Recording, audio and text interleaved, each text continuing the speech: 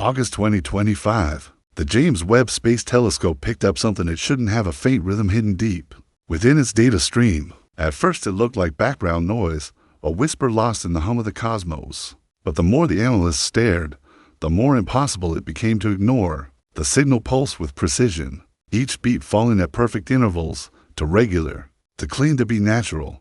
A technician caught it first. Buried inside the near-spec detector frames, an odd flicker repeating like a heartbeat.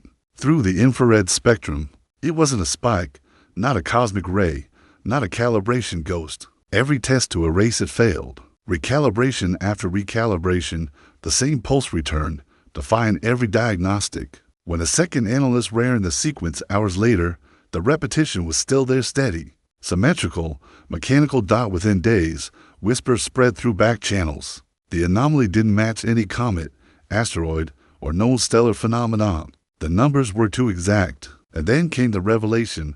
The source had a name now, 3I, Atlas, and it wasn't from our solar system. Its orbit, hyperbolic and razor straight, made it clear this visitor came from interstellar space. Only 2 others had ever done so in recorded history, but this one was different. The data from ground telescopes in Chile confirmed the orbit was unbound, an object racing toward the sun and destined never to return. Yet its trajectory was too perfect. It aligned within fractions of a degree of the solar system's ecliptic plane, a cosmic bullseye that random chance shouldn't allow. Simulations at the minor planet center showed that such precision should occur less than once, in hundreds of arrivals. Still, here it was, threading the solar system's midline like it had been aimed. Dr. Lin, the orbital analyst who verified the discovery, tried to stay clinical in her report, hyperbolic, inbound, active, but her notes betrayed awe. The brightness estimates implied a body nearly 46 kilometers wide, far larger than either Oumuamua or Borisov. Not a fragment, not a frozen pebble, something closer to a small world, moving too fast to belong here. When James Webb turned its mirrors toward it, things took a darker turn. At a distance where sunlight barely warms ice, 3I, Atlas was alive with activity. Jets of gas streamed from its surface, except they weren't water or carbon monoxide or anything typical of a comet. The spectrum showed only one thing: pure carbon dioxide, surging at levels 10 times stronger than any comet ever recorded. No trace of water vapor, no supporting molecules, just one sharp CO line glowing through the void. Astronomers ran the numbers, then again, and again. Every time, the same result. Doctor enters at ESA called it surgical. Nothing in known chemistry could explain it. Even the most exotic models of cometary evolution couldn't produce something this clean, this selective. A 46-kilometer body venting only CO6 astronomical units from the sun was simply impossible. Teams at NASA and ESA tore through the raw data, searching for instrument errors or background contamination. But every cross-check came back clean. Independent confirmation from Spherics sealed it. The emission was real. Doctor enters private note circulated quietly among senior scientists. If this is a comet, it's the strangest one ever seen. And then, the data vanished. On August 6th, James Webb completed another scheduled near-spec session on 3I, Atlas. But the files never appeared in the public archive. The usual quick-look spectra were gone. In their place, only a cryptic placeholder and a blank record. Every external request for access returned the same cold error code inside the SAS Operations Center. Someone leaked an internal memo. It mentioned an embargo on all imaging products from that session. The justification was chillingly vague: unverified anomalies in the spatial structure of the coma. Behind the silence, something had been seen, something that numbers alone couldn't explain. The leak read like a technical report, measured words, sterile phrasing, but between the lines, it carried the weight of something extraordinary. The raw infrared frames showed what no comet had ever revealed: a flawless, concentric halo of carbon dioxide encircling a burning heart. No tails, no jets, nothing irregular. Just a perfect luminous ring centered on a core that glowed hotter than physics allowed. Teams tried to explain it away. Synthetic models were run, overnight fragmentation scenarios, solar wind sculpting, rotational jets, even rare outburst geometries. None fit. The symmetry held in every single exposure, untouched by the telescope's dither pattern or slit rotation. Every image repeated the same impossible shape. At the center, the heat spike was too sharp, too localized. Solar energy couldn't account for it. The data custodian's final note was short, but unsettling.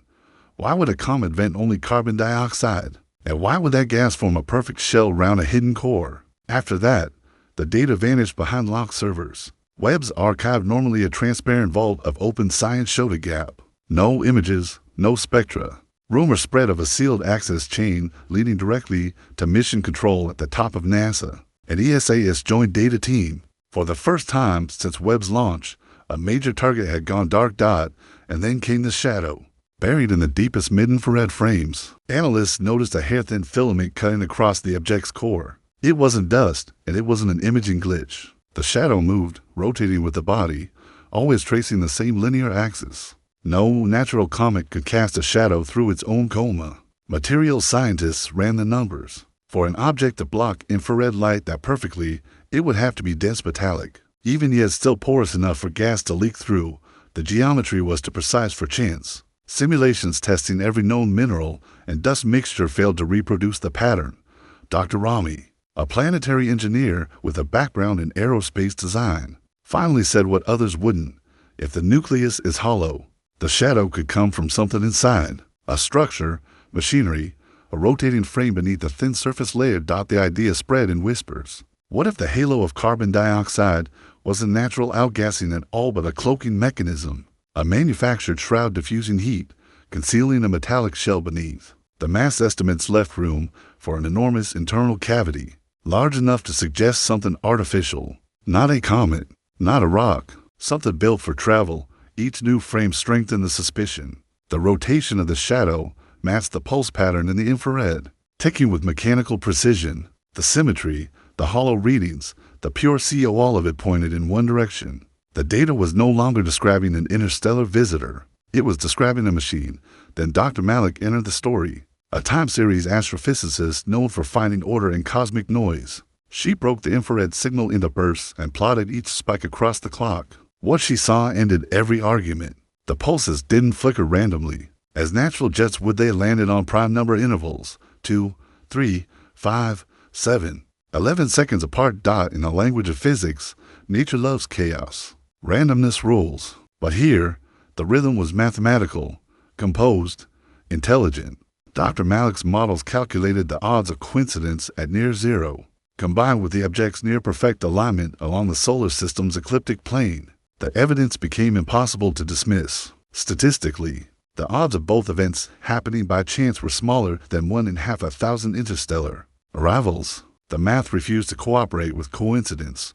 Her report noted one final twist. Over several weeks, the pulse pattern evolved 5 distinct phases, each more complex than the last. Simple beats became paired bursts, then groups of 5, repeating every 283 seconds. The last memo she wrote contained a single sentence: "If this pattern continues, it ends." The implication was terrifying. This wasn't random signaling, it was a countdown. By August 7th, the lockdown was complete. Access to Webb and Spherix data streams was cut to a handful of authorized logins. Researchers outside the mission saw only maintenance messages. Even the public comet tracking dashboards went silent. Behind the blackout, military channels began to move. Colonel Reyes, a U.S. Space Force analyst specializing in orbital threats, took command. By late afternoon, a classified flight plan was approved. The X-37B spaceplane was rolled out at Cape Canaveral for a silent, unannounced launch. No media, no statement. Its trajectory officially experimental, arced toward the Mars-Earth corridor, where 3I, Atlas, would soon pass. No payload manifest was ever released. For weeks, the world watched the skies, unaware that something extraordinary was unfolding in silence. And then, something changed. Astrometric logs from the International Consortium showed that 3I, Atlas's orbit, had begun to shift. Tiny, deliberate course corrections, impossible for a passive body.